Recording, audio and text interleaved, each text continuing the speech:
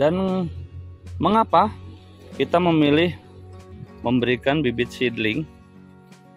Nah, ini penting buat kita semua untuk mengetahui teknik dan cara budidaya terbaik, termurah, terefisien.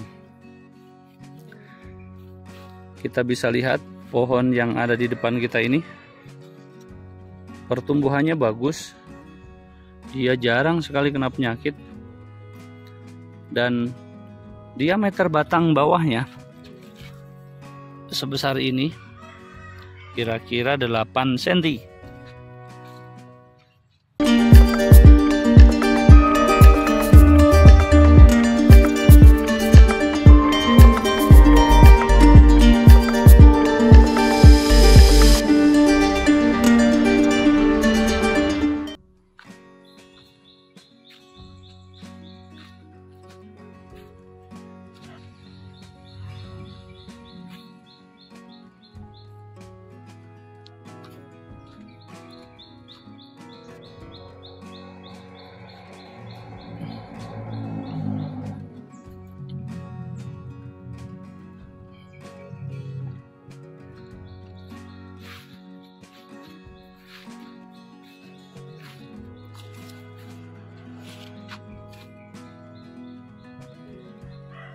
Assalamualaikum warahmatullahi wabarakatuh.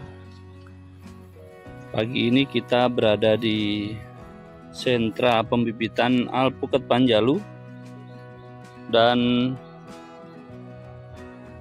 kali ini kita menyiapkan bibit sejumlah 10.000 batang yang bulan besok akan kita distribusikan ke seluruh petani di kemitraan kita. Dan ini bibit-bibit yang kuat. Nah, bibit yang kita distribusikan itu seperti ini. Tingginya sudah mencapai hampir 1 meter.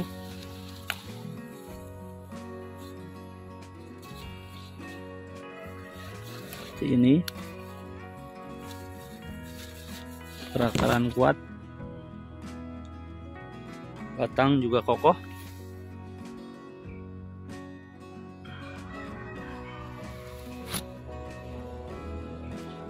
Dan mengapa kita memilih memberikan bibit seedling? Nah, ini penting buat kita semua untuk mengetahui teknik dan cara budidaya terbaik, termurah, terefisien. Kita bisa lihat pohon yang ada di depan kita ini, pertumbuhannya bagus, dia jarang sekali kena penyakit, dan diameter batang bawahnya sebesar ini, kira-kira 8 cm. Dan tinggi dari tanah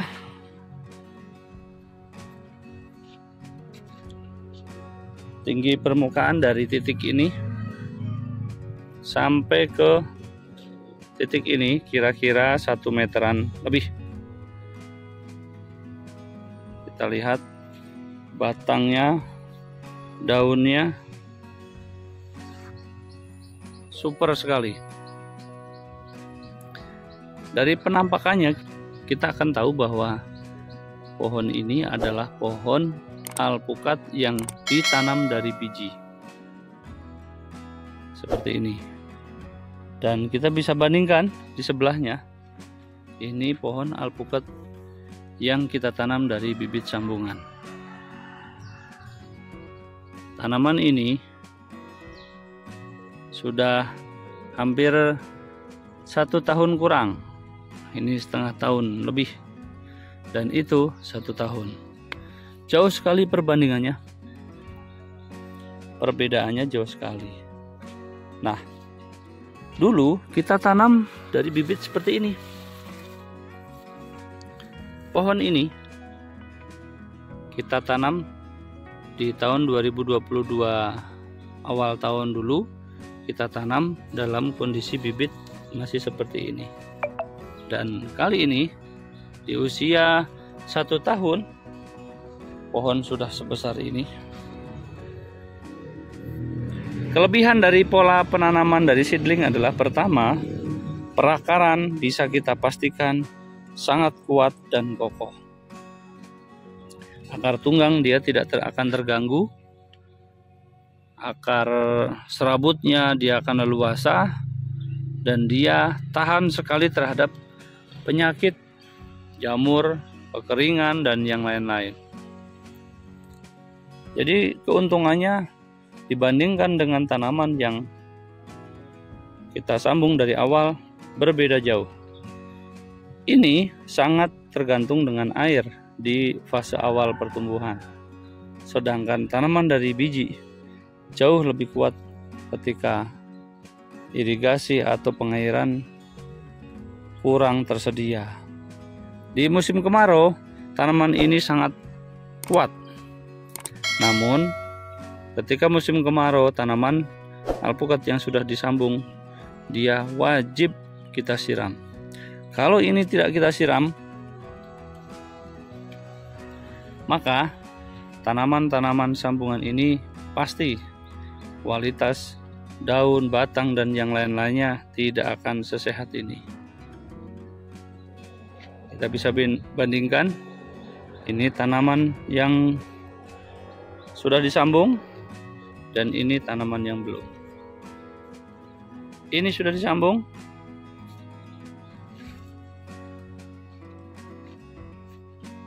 ini sudah ada varietasnya, dan ini tanaman yang belum ada varietasnya. Masih menyiapkan untuk batang bawah, dan nanti kita top working dan kita sambung dengan varietas yang kita inginkan. Jadi kesimpulannya adalah tanaman yang dikembangkan dengan penanaman dari biji, maka ketahanannya pun akan jauh lebih kuat. Itu tanaman dari biji. Ini tanaman dari biji.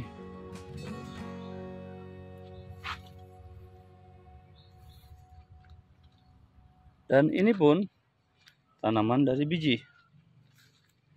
Cuman ini pertumbuhannya kurang bagus karena tertutup oleh pohon tetangga. Ini tanaman dari biji. Usianya 1 kurang sedikit. Ini sama juga, tanam dari biji. Ini sama, tanam dari biji. Itu pun sama, tanam dari biji. Jadi kita bisa simpulkan bahwa tanaman dari biji itu punya efisiensi yang sangat bagus, baik dari biaya, kemudian cara perawatan, dan yang paling penting adalah ketahanan terhadap hama penyakit dan serangan-serangan jamur yang sangat merugikan. Tungau, trip, dan yang lain-lain ketika menyerang tanaman dari biji itu jauh lebih kebal. Nah, pola inilah yang kita tawarkan kepada masyarakat. Pola penanaman dari seedling, dari biji seperti ini. Namun, pola penanaman dengan pola ini sangat tidak direferensikan oleh Dinas Pertanian. Karena apa? Mereka punya standarisasi bahwa bibit itu harus berlabel A, B, C, D, putih, hijau, dan yang lain-lain karena menjaga keaslian, menjaga kemurnian dari bibit yang dia kembangkan. Padahal betul itu bisa dilakukan seperti itu. Namun dengan pola seperti ini, kita tanam dari biji, kemudian kita tunggu 1-2 tahun, maka yang diuntungkan adalah para petani. Kenapa? Tingkat keberhasilannya tinggi. Dan apabila suatu saat kita lakukan top working, dia akan jauh lebih respon.